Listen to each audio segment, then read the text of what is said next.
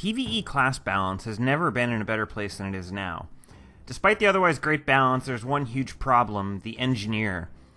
The engineer suffers from two big issues: the lack of unique buffs or debuffs, and more importantly, the middling level of DPS the NG gets relies on the most complex DPS rotation of any class by orders of magnitude. NGs have to work 10 times as hard as an elementalist or thief without achieving the same payoff. I'd like this video to serve as my opinion on how to fix the engineer so that it becomes more useful in PvE, specifically raids.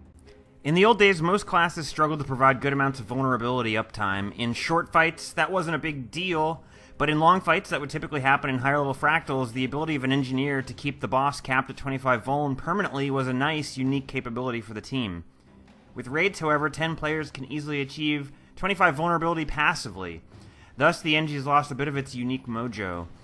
When the first raid wing dropped on us, NG was highly valued due to its high condition damage, but also for its massive crowd control capabilities with Slick Shoes. As time went on, new condition damage builds were adopted by the community for Druid, Necromancer, and Warrior, which have comparable DPS to the Engineer, and also bring valuable unique abilities with them from those classes. As far as CC goes, Slick Shoes was nerfed, and the player base as a whole improved to the point where even if it wasn't nerfed, it wouldn't be used much, since players now know how and when to CC and which of their skills to utilize. With those three meta shifts, the Engineer lost things it once relied on to earn its place in raid squads. The changes I'm proposing are considering PvE only, and I know they would be ridiculous in PvP, but hopefully split skills are reality and this can happen. The first change I would make is simplifying the DPS rotation. Primarily, the weapon skills need significant buffs. Pistol, rifle, and hammer all need significant DPS boosts. That said, simply buffing the weapon skills won't change the playstyle. Kits need to be nerfed. My recommendation is to lower the key damage skills on kits: shrapnel grenade, freeze grenade, poison grenade, firebomb, and flame wall, and the bomb and grenade autos, massively to the point where they are weaker than simply auto-attacking with your weapon. As a compensation, the utility skills should be buffed. Flash grenades could daze, freeze grenades could make a pulsing chill field. The duration of the effects of glue bomb and smoke bomb could be buffed significantly. This change would make the base weapons the main source of damage after buffing them to levels comparable with other classes, which would mean that the utility skills can be reserved for utility. Engineer's big selling point has always been that it's a jack of all trades, and that has unfortunately fallen by the wayside since they are locked into using the same 3 kits for every build. Allowing the Engineer to bring the best 3 utility skills for any individual fight will go a long way towards making the Engineer useful in every fight. So long as camping utility skills doesn't lower the Engineer's DPS more than it already does. The too long didn't read version: buff the weapon skills, buff the kit utility skills, nerf the direct damage of the kits. There's a million ways to do this, but how would I change the main weapon set functionality? Pistol, of course, would be the main Condi weapon. I would lower all the cooldowns of the pistol main and offhand skills by 50% from what they are now. I would increase the attack speed of the auto attack by 25% and change it to a 3-skill chain.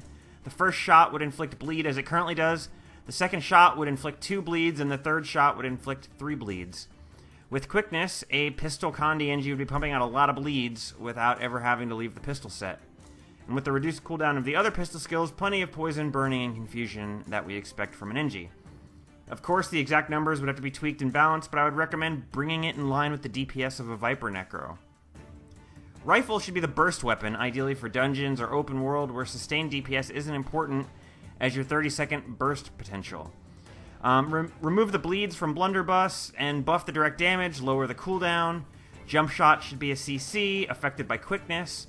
Buff the damage, lower the cooldown. Auto attack on the rifle should be a 3-skill chain, the first 2 of which deal more damage in melee range, and the third skill would be a melee skill where you hit the mob with big overhead bash with the rifle as a melee weapon. It should be relatively slow like the Guardian 3rd hammer attack, but instead of assemble, it's just a large direct damage hit like backstab on Thief.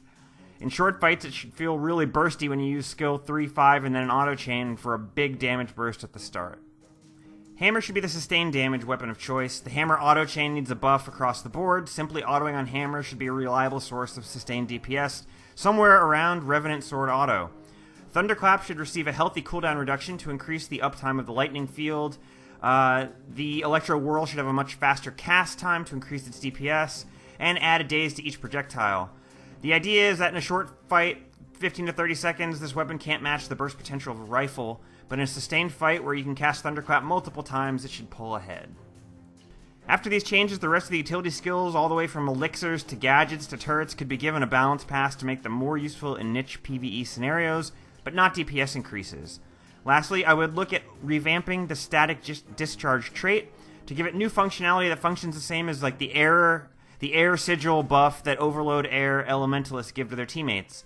This preserves the spirit of the original trait but makes it more useful in PvE, as well as removes the current buggy implementation. So those are my ideas. I'm sure you guys have some of your own ideas, and I'm sure a lot of NG players will not like my idea of making kit swap playstyle less effective. But regardless of where you stand, please leave your thoughts in the comments below. Thank you guys. I will see you next time. Have a great day.